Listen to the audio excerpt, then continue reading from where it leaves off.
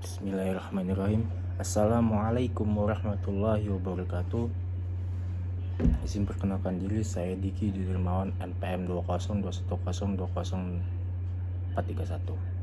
Di sini saya akan kembali mempresentasikan dari mata kuliah Filsafat Hukum Islam di pertemuan ke 12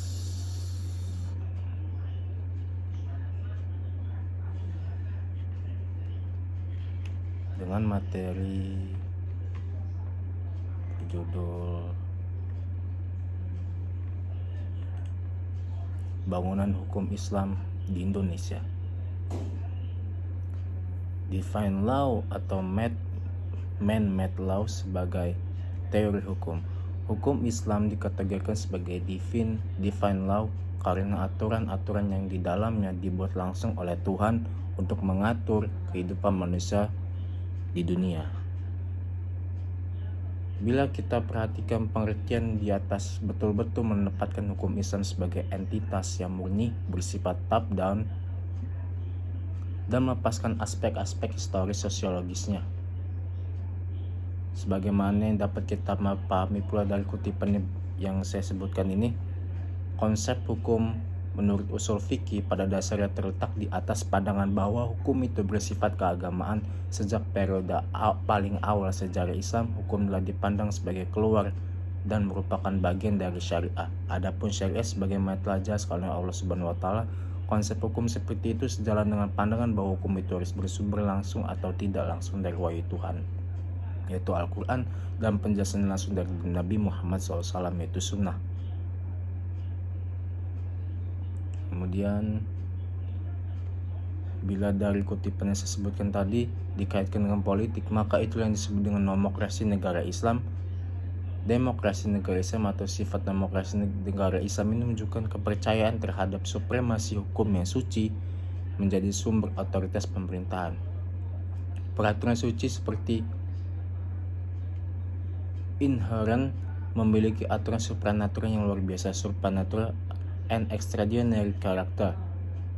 Ikatan-ikatan penyatuan antara agama dan negara dan supremasi hukum suci berasal dari kehendak Tuhan secara bersama-sama, menegaskan kembali kewajiban setiap hamba untuk taat kepadanya. Menurut Khaduri, warga negara Islam adalah hamba Allah dan hukum-hukumnya adalah hukum suci karena ia berasal dari Allah Subhanahu wa taala, tidak diterapkan oleh manusia. Hukum suci seperti itu adalah pasti benar dan manusia hanya bisa mematuhi karena Allah Subhanahu wa taala lebih mengetahui dari otoritas maupun terhadap kebutuhan hambanya. Dalam menaati hukum, manusia menyadari akan tujuan agamanya karena hukum dalam istana memiliki karakter sebagai sebuah kewajiban religius. Pada waktu yang sama ia juga memberikan dukungan politik bagi agama Islam. Pada kenyataannya hukum Islam merupakan perintah dan Tuhan dan karenanya bersifat mengikat sebagai sebuah cita-cita agama. Berbeda dengan hukum manusia yaitu man-made law dianggap sebagai fenomena sosial yang tunduk pada kebutuhan manusia dan nilai-nilai. Karena alasan itulah hukum dalam pandangan pemikir muslim pada kenyataannya bukanlah termasuk kajian yang independen dan empiris.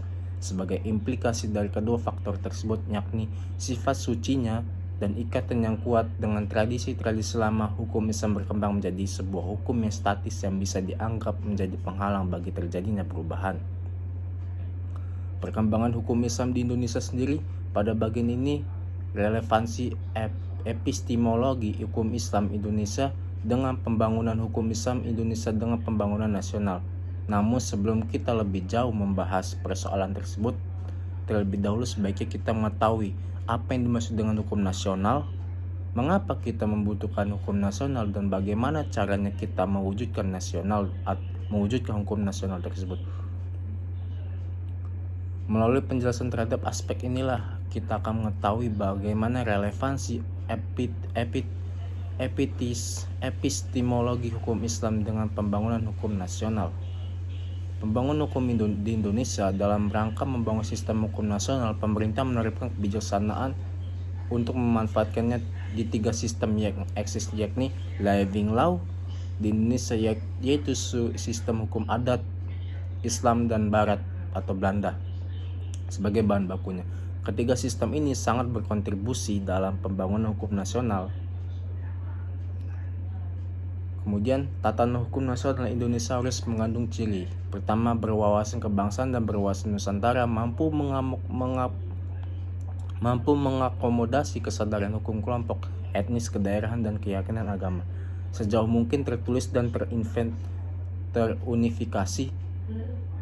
Bersifat rasional, mencakup rasionalitas efisiensi, rasionalitas kewajaran, rasionalitas kaidah dan nilai. Responsif terhadap perkembangan aspirasi dan ekspektasi masyarakat. Perkembangan hukum Islam di Indonesia ada sarana dan prasarana. Berdasarkan penjelasan yang saya sampaikan tadi, tampak sekali dalam hal penetapan kebijakan hukum di Indonesia, pemerintah telah menjadikan hukum Islam sebagai bagian dari hukum nasional. Kondisi seperti ini tidak semata-mata terjadi di Indonesia, tetapi terjadi pula di negara-negara berpenduduk Muslim yang baik memiliki konstitusi